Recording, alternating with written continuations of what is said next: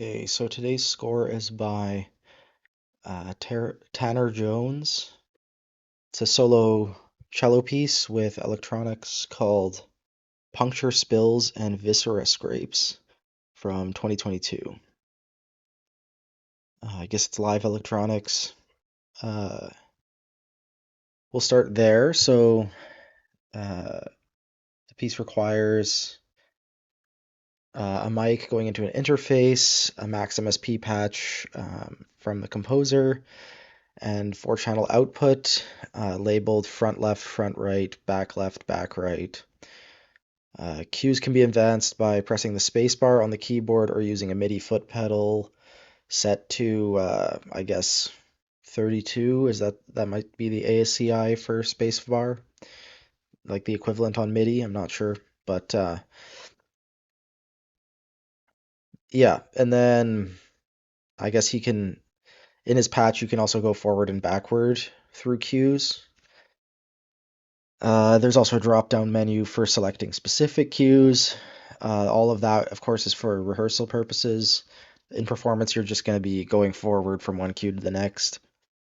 There's also a timer in patch to sort of tell you when to more or less go to the next cue.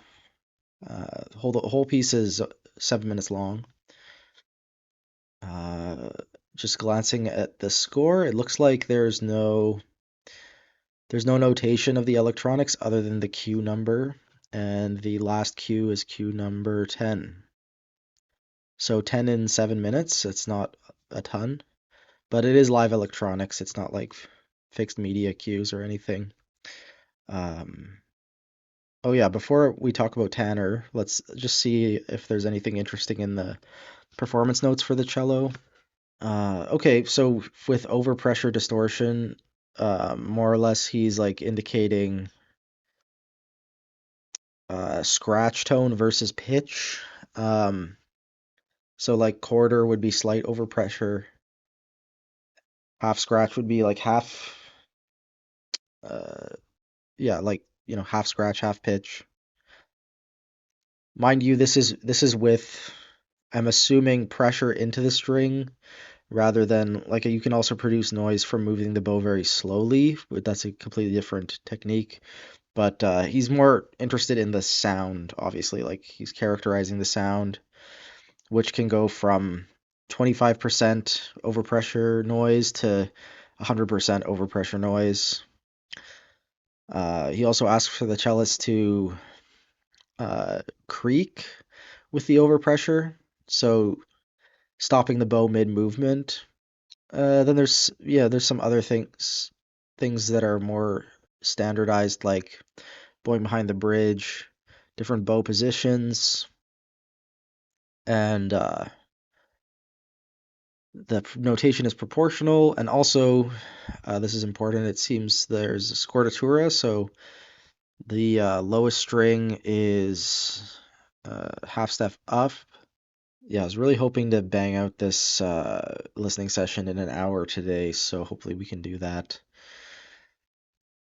Let's see. So he's born in '98.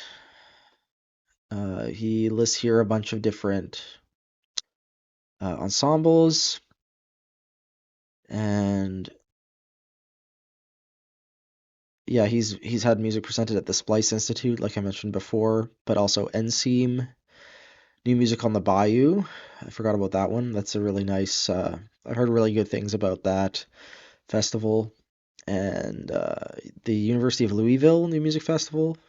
And then his degrees are from Murray State University, Bachelor of Music, and University of Louisville, Masters of Music. And I guess 4 years ago, he started his doctorate at the University of Texas at Austin. No sign on his SoundCloud whether or not that's finished yet. And I'm having trouble getting to his website here. But that's a pretty good enough bio. I think we get a sense of the composer from that. And I'll just link to this recording.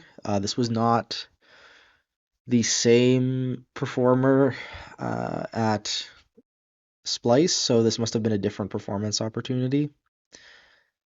Um, but yeah, I'm excited to give this a quick listen. Link in the video description. I encourage you to listen along. It's only about 8 minutes today. And hopefully, this teaches you something about writing for cello and working with live electronics and the possibilities of Max MSP. Okay, yeah, this is a really good one.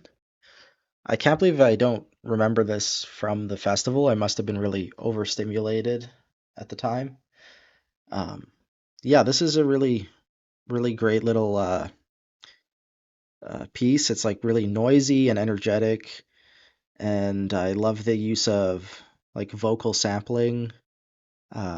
It's like sort of unclear at the beginning what is making those like hissing sounds, and then you realize towards the end of the piece that it's literally just what I assume is the composer's voice.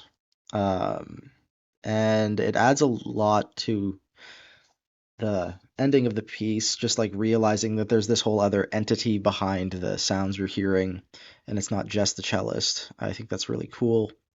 I love all the overpressure stuff. It's really gnarly. And yeah, honestly, this just made me kind of like miss being in the US. Like there's just so much talent there and so many talented composers um and it's getting me a little bit psyched to hear I'm going back to the States over the next few days to attend a electronic music festival. So maybe I'm also just kind of hyped for that, but this is getting me more in the mood for um, hearing really talented pieces of music in this really interesting medium. So yeah, that's that. Um, for for reasons of travel, I probably won't be recording episodes the next couple of days. But I think these first two pieces were a real good entry point into the world of cello and solo cello writing. And the plan is to just work reverse chronologically. I think there's 5 or 6 other scores I have, so it'll be pretty short. I might be done the whole series in a matter of weeks or in 1 week or so.